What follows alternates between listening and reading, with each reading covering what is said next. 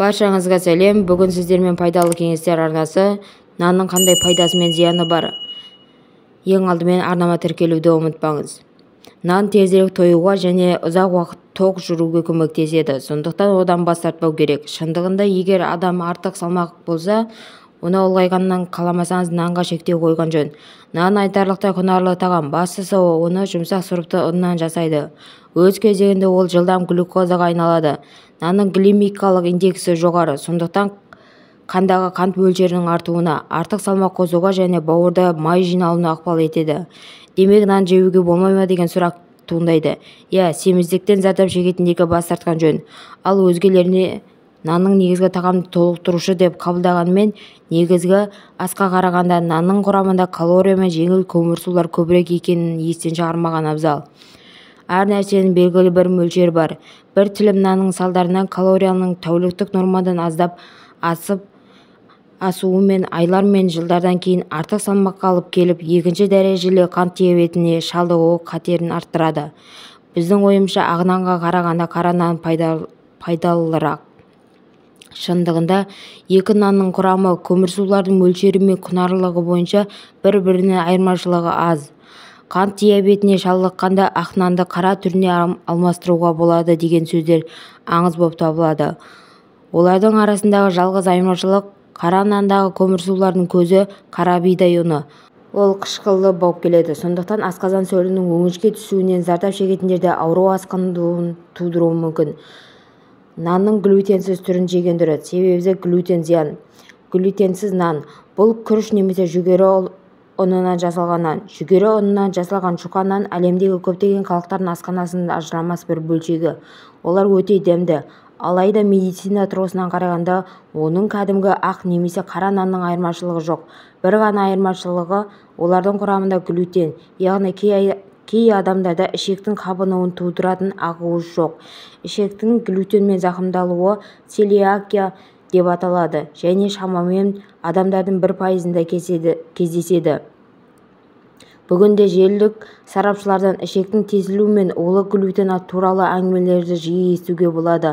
Олар глютенсіз диетаны қажет етпейтін адамдар ағзасында глютенді көтере алмайтынын дәлелдемесе, немесе ол үшін IgG4 антиденелерді анықтауға арналған қан талдауын пайдаланып, диетаның осы түрін ұсынып жатады. Ал шындығында целиакияны анықтау жолы мүлдем басқа. Егер сізде мұндай диагноз анықталмаса, нанның қандай ұннан жасалған айырмашылығы жоқ. Ашытқы қосылған нан газ түзілуін тудырады, сондықтан оны жемеген дұрыс. Кез келген нан газ түзілуін тудыра алады. Ішектегі бактериялар нанның құрамындағы жеңіл көмірсулардан газ немесе сүт қышқылын жасайды. Алайда мұндай құбылыс барлық адамда бола бермейді. Тек аш ішекте бактериялардың көбеюі синдромы кезінде ғана кездеседі. Өз кезегінде ол қант диабеті, семіздік және құрамында көмірсулар мен көп тағамдарды шектен тыс мөлшерде жеумен қатар жүреді. Сонымен қатар ол қамырды ашытқанмен пісіру кезінде жойылып кетеді. Ал ашытқысыз нандарды дәл сол ашытқы пайдаланылады, алайда ұйытқы түрінде. Нанды етпен жемеген дұрыс. Бұл ас қорытылуын қиындатады. Шындығында қиындатпайды. Тағамдарды араластырмай жеу ғылыми тәжірибе емес. Астың қорытылуы ұйқы безінің ферменттері арқылы жүзеге асады.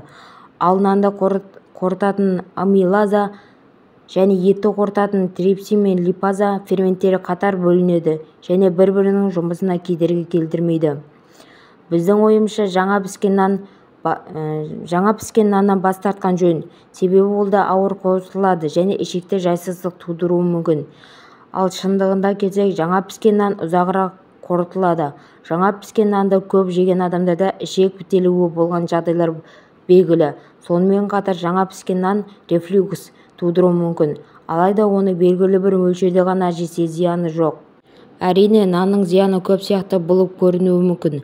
Алайда оның дұрыс пайдалануды қажет ететін аспаздық құрал сияқты екенін түсіну керек. Кез келген тағамда көп жеудің өз қатері бар, сондықтан мөлшерін біліп жеу керек. Ас атасы саналатын нан кез келген үйдің дастарханына міндетті түрде қойылады. Егер оны көп жеудің зияны қандай екенін білсеңіз, қиындықтар болмайтыны анық. Бүгін мен берген ақпарат пайдаңызға жарады деген үміттемін. Соңына дейін көргеніңізге рахмет. Қош сау болыңыз.